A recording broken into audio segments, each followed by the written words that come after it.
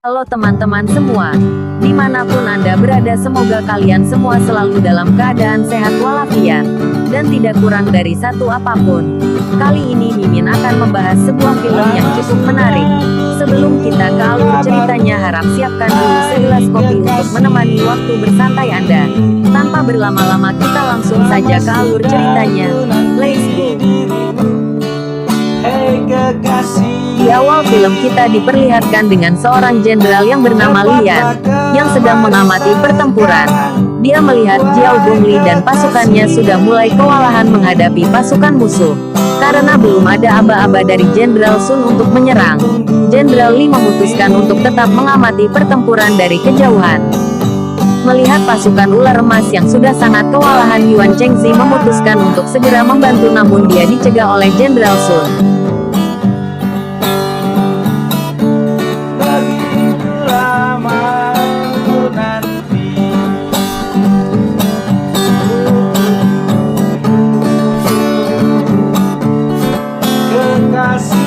Salah satu pasukan ular emas yang dipimpin oleh Kastilsa tidak bisa menahan diri lagi.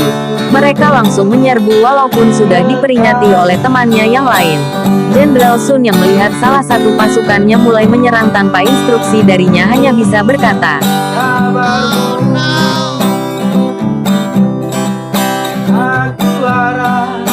Jenderal Li masih menahan pasukannya agar tidak menyerang terlebih dahulu. Karena kalau ada sedikit kesalahan dalam strategi, maka akibatnya akan sangat fatal.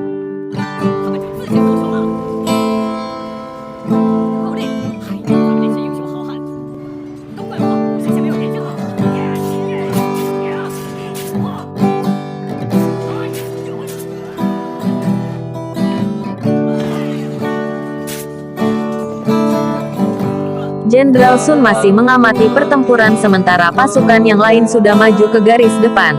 Melihat pasukannya sudah mulai terdesak, ketua aliansi tidak bisa menahan diri lagi. Dia memutuskan untuk datang membantu. Melihat ketua aliansi sudah mulai menyerang, Jenderal Sun merasa agak sedikit kecewa kepada ketua aliansi karena telah merusak strategi yang mereka buat. Melihat ketua aliansi sudah mulai menyerang, salah satu dari mereka mengibarkan bendera pertanda pertempuran sesungguhnya telah dimulai. Karena bendera sudah dikibarkan, Jenderal Li mulai memimpin pasukannya untuk melakukan penyerangan.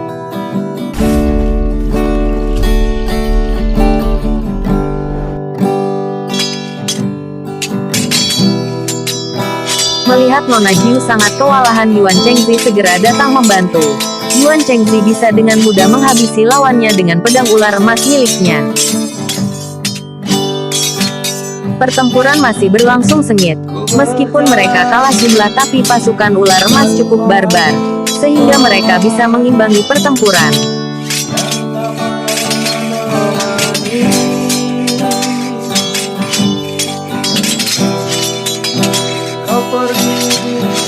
Saat aku benar-benar membutuhkan.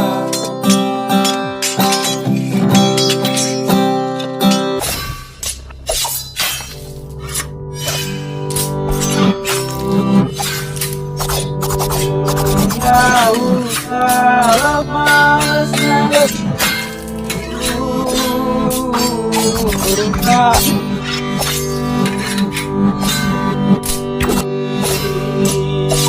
pasukan.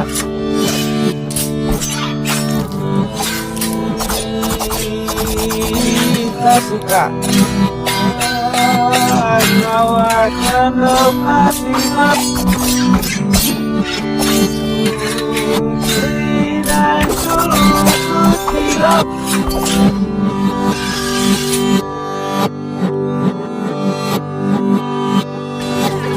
Setelah bertempur cukup lama, semua anggota pasukan ular emas merayakan kemenangannya.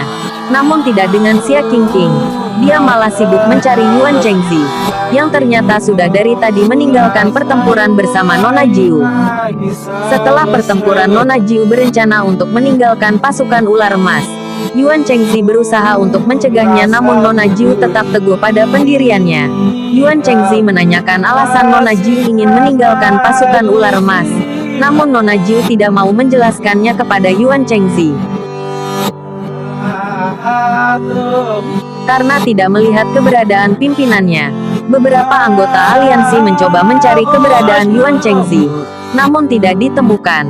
Tidak mau anggota aliansi yang lain merasa khawatir, Jenderal Li pun menjelaskan bahwa salah satu dari pasukan musuh yang mereka tangkap mengatakan bahwa ada seorang pria muda dengan pedang yang aneh telah meninggalkan medan pertempuran bersama seorang wanita muda. Mendengar itu, para pengikutnya sudah bisa menebak bahwa lelaki itu adalah Yuan Chengzi dan Nona Jiu.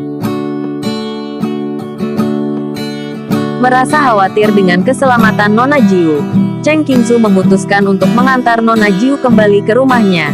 Namun dalam perjalanan dia bertemu dengan orang kepercayaan ayahnya yang bernama An Jianxing. Lalu Nona Jiu memutuskan untuk menemui Jenderal An. Kesempatan yang kau berikan saat ini. Scene beralih ke sebuah restoran saat Yuan Chengzi dan beberapa orang lainnya sedang memesan makanan. Mereka melihat seorang lelaki tua yang sedang meledek seorang pria botak. Merasa terganggu, pria botak itu langsung menyerang pria tua yang ada di sebelahnya. Kau berikan saat ini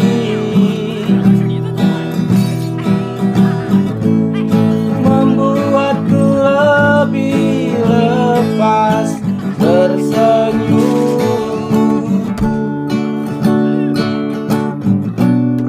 Semoga ini akan terus terjadi. Semoga terjadi selalu padaku.